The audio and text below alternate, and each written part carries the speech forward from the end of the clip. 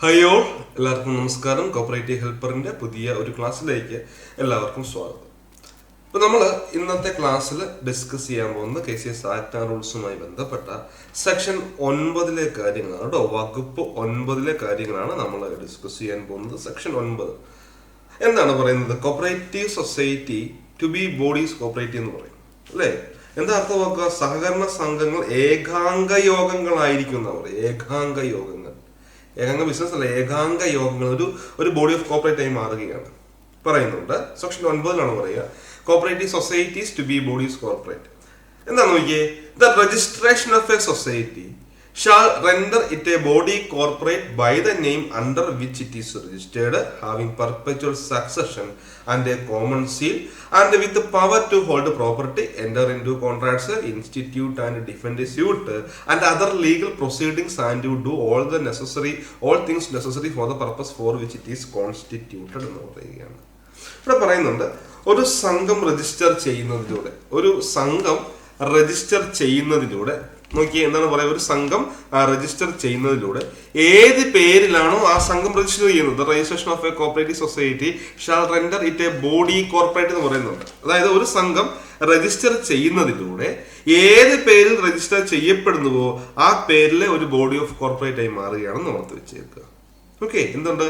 അതിന് ഒരു perpetual succession ഉണ്ട്. എന്താ പറയാ? പെർപെച്വൽ സക്സഷൻ എന്ന് പറഞ്ഞാൽ ശാശ്വതമായ പിന്തുടർച്ച. ഓക്കെ, പെർപെച്വൽ സക്സഷൻ, ശാശ്വതമായ ഒരു പിന്തുടർച്ചയുണ്ട്. അല്ലാതെ ഇന്നോ നാളെയോ ഇപ്പം നമ്മളൊരു സംഘം രൂപീകരിക്കുന്ന സമയത്ത് ഒരിക്കലും നാളെയോ മറ്റന്നാളോ അത് വൈൻഡപ്പ് ചെയ്യും അല്ലെങ്കിൽ അതിന്റെ പ്രവർത്തനം അവസാനിപ്പിക്കും എന്ന രീതിയിലല്ല. ഒരു സംഘം രജിസ്റ്റർ ചെയ്ത് കഴിഞ്ഞാൽ പിന്നെ ആ സംഘം എന്ന് പറയുന്നത് ആ ഏത് പേരിലാണോ നമ്മൾ രജിസ്റ്റർ ചെയ്തിട്ടുള്ളത് ആ പേരിലായിരിക്കും ആ സംഘം ഇനി അറിയാൻ പോകുന്നത്. അതിനെന്താണ്? അതിൻ്റെ പെർപെച്വൽ സക്സഷൻ ഉണ്ട്. അതോടൊപ്പം തന്നെ എന്താണ്? അതിൻ്റെ ഒരു കോമൺ സീലും ഉണ്ട്. വ്യക്തികളുടെ പേരിലല്ല സംഘം അറിയപ്പെടുന്നത്. സംഘം എന്ന് പറഞ്ഞാൽ സംഘം ഇവിടെ ഒരു ആർട്ടിഫിഷ്യൽ പേഴ്സണായി ഓർത്താൽ മതി.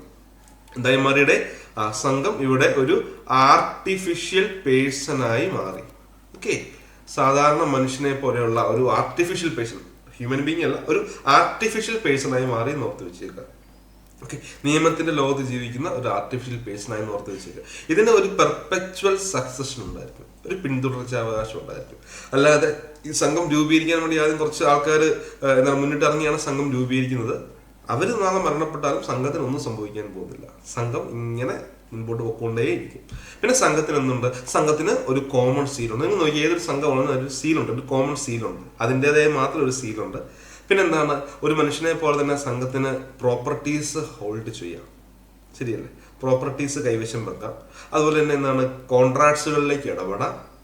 ഒരു സംഘത്തിന് സാധാരണ മനുഷ്യനെ പോലെ തന്നെ പ്രോപ്പർട്ടീസ് കൈവശം വെക്കാം, കോൺട്രാക്റ്റിലേക്ക് ഇടപെടാം. പിന്നെ ഇൻസ്റ്റിറ്റ്യൂട്ട് ആൻഡ് ഡിഫൻഡ് സ്യൂട്ട്, ആർക്കെങ്കിലും എതിരെ കേസ് കൊടുക്കണമെങ്കിൽ കേസ് കൊടുക്കാം. ഇനി ഏതെങ്കിലും കേസ് വന്നിട്ടുണ്ടെങ്കിൽ ആ കേസിനെ ഡിഫെൻഡ് ചെയ്യാം.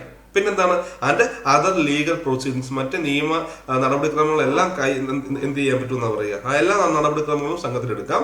And to do all things necessary for the purpose for which it is was constituted. ഇപ്പൊ ഒരു സംഘം എന്തിനു വേണ്ടിയാണ് രൂപീകരിച്ചിട്ടുള്ളത്? ആ ലക്ഷ്യം എന്താണ്? ആ ലക്ഷ്യം എന്ത് പറയുന്നുണ്ട്? എന്താണ്? All the necessary things for the purpose for which it was constituted. സംഘം ഏത് ലക്ഷ്യം നേടാൻ വേണ്ടിയാണോ രൂപീകരിച്ചിട്ടുള്ളത് അതിനാവശ്യമായിട്ടുള്ള എല്ലാ നടപടിക്രമങ്ങളും സംഘത്തിന് ചെയ്യാമെന്ന് പറയുന്നുണ്ട് അല്ലേ? അതായത് ഒരു സംഘം എന്തിനു വേണ്ടിയാണ് സംഘം രൂപീകരിക്കുന്നത്? അവിടുത്തെ അംഗങ്ങളുടെ സാമ്പത്തിക താല്പര്യങ്ങൾ കാത്തു സൂക്ഷിക്കാൻ വേണ്ടിയല്ലേ?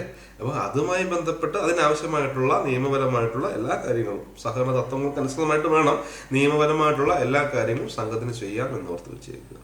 പിന്നെ പറയുകയാണ്, പ്രൊവൈഡഡ് ദാറ്റ്, എന്നിരുന്നാലും സംഘം ഒരു പെർപെച്വൽ സക്സഷനുള്ള ഒരു വ്യക്തിയാണ്, ഒരു ആർട്ടിഫിഷ്യൽ പേഴ്സണാണ് എന്ന് വെച്ച് എല്ലാ കാര്യങ്ങളും നല്ല പറയുക. പ്രൊവൈഡഡ് ദാറ്റ്, എന്നിരുന്നാലും the government and the registrar, ഇപ്പൊ ഗവൺമെന്റും രജിസ്ട്രാറിനും എന്തിനുള്ള അധികാരമുണ്ട്? Shall have power to regulate the working of a society. സംഘത്തിന്റെ പ്രവർത്തനങ്ങൾ റെഗുലേറ്റ് ചെയ്യാൻ ഉള്ള ഒരു അധികാരം ഗവൺമെന്റും രജിസ്ട്രാറിനും ഉണ്ടെന്ന് ഓർത്ത് വെച്ചേക്കുക. Okay, provided that the government and the registrar shall have power to regulate the working of a society for the economic and social betterment of its members and the general public. Okay, കാരണം നമ്മുടെ രജിസ്ട്രാറിനും government നോക്കാം, സംഘത്തിന്റെ പ്രവർത്തനങ്ങളൊക്കെ ഒന്ന് regulate ചെയ്യാം. പ്രോപ്പറായിട്ട് തന്നെയല്ലേ കാര്യങ്ങൾ പോകുന്നത്? അവിടുത്തെ ജനങ്ങളുടെ മെമ്പേഴ്സിന്റെയും അതുപോലെ തന്നെ എന്താണ് പൊതുജനങ്ങൾക്കൊക്കെ സേവനം ചെയ്തുകൊണ്ടിരിക്കുകയല്ലേ അല്ലേ, അതോ വേറെ വ്യക്തിപരമായ കാര്യങ്ങളെല്ലാം നോക്കുകയാണോ ആൾക്കാർ? അതൊക്കെ ഗവൺമെന്റും അതുപോലെ രജിസ്ട്രാർ എപ്പോഴും എന്ത് ചെയ്യും, റെഗുലേറ്റ് ചെയ്യും എന്ന് ഓർത്ത് വെച്ചിരിക്കുക അല്ലേ. ഇവിടെ പറയുന്നത് ഇങ്ങനെയാണ്, ഒരു സംഘം രജിസ്റ്റർ ചെയ്യുന്നതിലൂടെ ഏത് പേരിൽ രജിസ്റ്റർ ചെയ്യപ്പെടുന്നതോ ആ പേരിൽ ഒരു ഏകാംഗ യോഗം ആകുന്നു. അതായത് ഒരു ബോഡി കോർപ്പറേറ്റ് ആകുന്നതും ശാശ്വതമായ പിന്തുടർച്ചാവകാശം, അതായത് പെർപെച്വൽ സക്സഷൻ ഉണ്ടെന്ന് പറയുന്നുണ്ട്.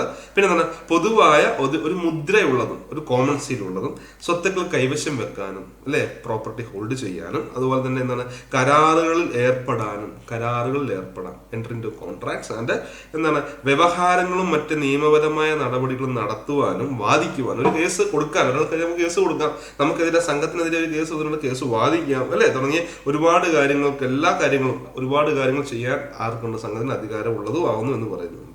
പിന്നെ അവിടെ താഴെ പറയണം, എന്നാൽ രജിസ്ട്രാർക്കും സർക്കാരിനും പൊതുജനങ്ങളുടെയും അംഗങ്ങളുടെയും സാമ്പത്തിക സാമൂഹിക ഉന്നമനത്തിനായി സംഘം പ്രവർത്തനങ്ങളെ ക്രമപ്പെടുത്തുവാനുള്ള അധികാരം ഉണ്ടായിരിക്കുന്നതാണ്. ഇങ്ങനെയാണ് ഇതിന്റെ ആ ഒരു സെക്ഷൻ 9 പുറത്തു വെച്ചേക്കുക. ഒരു സംഘം രജിസ്റ്റർ ചെയ്യുന്നതോടുകൂടി എന്താണ്, ഏത് പേരിൽ രജിസ്റ്റർ ചെയ്യുന്നു ആ പേരിലൊരു ബോഡി ഓഫ് കോർപ്പറേറ്റ് ആയി മാറുകയാണെന്ന് ഓർത്ത് വെച്ചേക്കുക. ഇത്രയേ ഉള്ളൂ സെക്ഷൻ 9 പഠിക്കാനുള്ള കാര്യം. ഓക്കെ, നിങ്ങൾ ഇന്ന് തന്നെ എന്ത് ചെയ്യുക, ഈ സെക്ഷൻ പ്രോപ്പറായിട്ട് പഠിക്കുക. ആ പേര് ഒരു കോമൺ സീൽ ഉണ്ടായിരിക്കും, പെർപെച്വൽ സക്സസ് ഉണ്ടായിരിക്കും, കേസുകൾ കൊടുക്കാനും കേസുകൾ വന്നാൽ അത് വാദിക്കാനും അതുപോലെ തന്നെ എന്താണ് സ്വത്തുക്കൾ കൈവശം വെക്കാനും. ഓക്കെ, പിന്നെ ഓർത്ത് വെച്ചേക്കുക, എന്നിരുന്നാലും ഗവൺമെന്റിനും രജിസ്ട്രാറിനും എന്നുള്ള സംഘത്തിനെ റെഗുലേറ്റ് ചെയ്യാം, ക്രമപ്പെടുത്താം, കാര്യങ്ങളൊക്കെ നോക്കാം, എല്ലാ കാര്യങ്ങളും ചെക്ക് ചെയ്യാമെന്നുള്ളത് ഓർത്ത് വെച്ചേക്കുക. ഇത്തരം കാര്യങ്ങളാണ് നമ്മൾ ചെറിയൊരു ക്ലാസ്സിൽ ഡിസ്കസ് ചെയ്തത്. ബാക്കി കാര്യങ്ങൾ നമുക്ക് അടുത്ത ക്ലാസ്സിൽ ഡിസ്കസ് ചെയ്യാം. Okay, thank you.